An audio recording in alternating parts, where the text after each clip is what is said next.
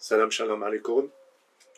Aujourd'hui, nous allons parler de la paracha Ekev, qui veut dire en conséquence. Et dans cette paracha, il y a plusieurs paragraphes, il y a plusieurs choses à dire.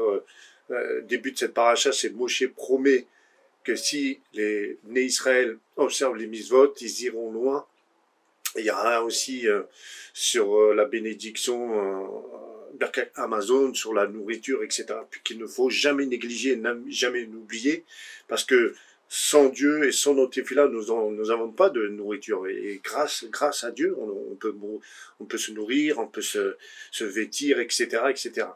Alors, pour vraiment rester concentré dans cette paracha, c'est que Ekev, qui veut dire en conséquence, et ce titre que j'ai pu suivre, c'est la crainte de Dieu. Pourquoi la crainte de Dieu? Parce que sans Dieu, nous ne pouvons rien faire. Des fois, on se pose des questions, on a des épreuves, etc., mais peut-être que ces épreuves nous font réfléchir à certaines choses, mais on va vraiment se concentrer dans cette paracha. La semaine dernière, c'était Vayetanal. C'était précisément en appuyant sur les 10 commandements, sur le Shema Israël, comment reconnaître Dieu qui est Echad, etc., etc. Et cette paracha, Moshe va rappeler aux Bnei Israël les fautes qui ont été commises, les fautes à ne pas mettre et les mitzvot à faire.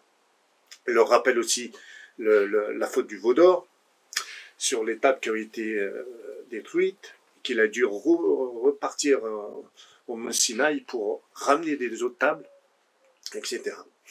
Et là, je vais me concentrer plus sur cette crainte de Dieu. Et pour cette crainte de Dieu, comment résoudre et comment marcher dans les voies de Dieu? Tout simplement dans la Tefila. Il faut prier sans cesse, lire la Torah, comprendre ses préceptes, etc., etc. Et dans la Tefila, je vais vous lire dans le Midrash pour faire court, le Midrash raconte, c'est que il y a trois Tefila. La première, c'est le sage a institué 3 prières quotidiennes, Shaharit, qui est du matin, Mincha, l'après-midi, et Mahariv, du soir, pardon. Et ces 3 prières sont rappelées de nos sages, Abraham, qui était du matin, Shaharit, Israq, Mincha, l'après-midi, et Maharit, Yaakov. Alors, il faut savoir que on peut se poser pas mal de questions sur nos vies, nos proches, nos familles, et se dire qu'est-ce qui se passe des fois qu'on a des épreuves. Dans ces épreuves, il faut savoir que on n'a pas besoin de chercher plus loin. Il faut savoir qu'il faut s'accrocher à la Torah et à la prière. Et la prière, pourquoi je dis Tefila? Tefila, c'est très très important de se dire des choses, et de dire la vérité. Pourquoi? On peut, en avançant petit à petit, et se dire que la Torah nous ordonne que nous prions Hachem en donnant l'injonction de le servir. Dans les paragraphes du Deutéronome chapitre 10, verset 20, une fois encore, dans le servir de tout notre cœur, chapitre 1, verset 13. Il faut aller encore plus loin et de dire que sans les préceptes et sans ce qu'on peut faire de notre cœur, de tout notre cœur et avec vérité, et non tricherie. Il faut vraiment être humble et vrai devant Hachem. Comment faire cette tefilote? Servir du cœur.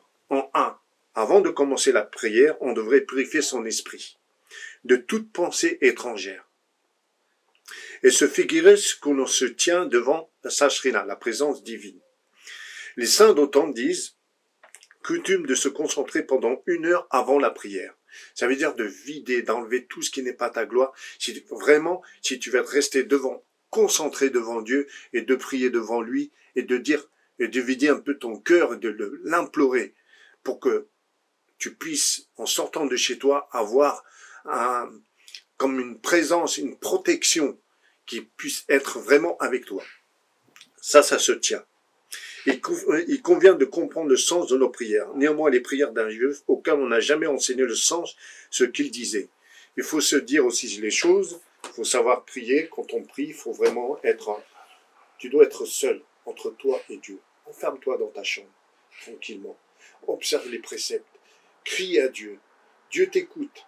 Et il ne faut pas se dire qu'il il ne va pas faire cette prière, il ne va pas exaucer ce que je fais. Tu n'es pas à la place de Dieu. Il faut vraiment être concentré et continuer à prier sans cesse et lire la Torah, comme le dit dans 1 Josué, bénir la Torah, relever les préceptes, ne jamais flancher. Il faut aussi savoir que des fois on peut avoir des épreuves qu'on ne comprend pas pourquoi on a ces épreuves-là, mais si on cherche bien, on va les trouver ces épreuves et on va comprendre pourquoi on a ces épreuves. Mais Dieu nous est miséricordieux, lent à la colère et riche en bonté. Et il faut savoir aussi que dans cette paracha, on appuie aussi sur ce Shema Israël, que Dieu est Echad, Dieu est un, et il faut continuer vraiment dans son précepte. Moi, je vous exhorte, et surtout, je vous encourage, ne lâchez jamais la tefila, ne lâchez jamais la prière, et surtout la Torah. Peu importe les conséquences que vous avez, peu importe les épreuves que vous avez, à un moment donné, vous serez toujours vainqueur parce que Dieu est avec vous, il n'est pas contre vous. Mais simplement, il essaye de voir que vous soyez un peu plus, comme dirais-je, droit dans vos bottes et surtout bien marcher sur le chemin qu'il a tracé pour vous. Soyez encouragés, soyez bénis surtout et ne lâchez jamais. Moshe, quand il réprimande son peuple, c'est pas une réprimande de non-amour, au contraire, il les aime, au contraire, il va même argumenter devant Hachem et de dire et de défendre. Et c'est ça la tefila. La tefila, c'est la crainte de Dieu. Quand tu crains Dieu, tu peux avancer, tu peux aller au-delà de tes préceptes. Ne dis jamais que la prière que tu as faite est vaine. Elles ne sont jamais vaines. Mais ce sera en son temps. En son temps. Soyez bénis. Shabbat Shalom.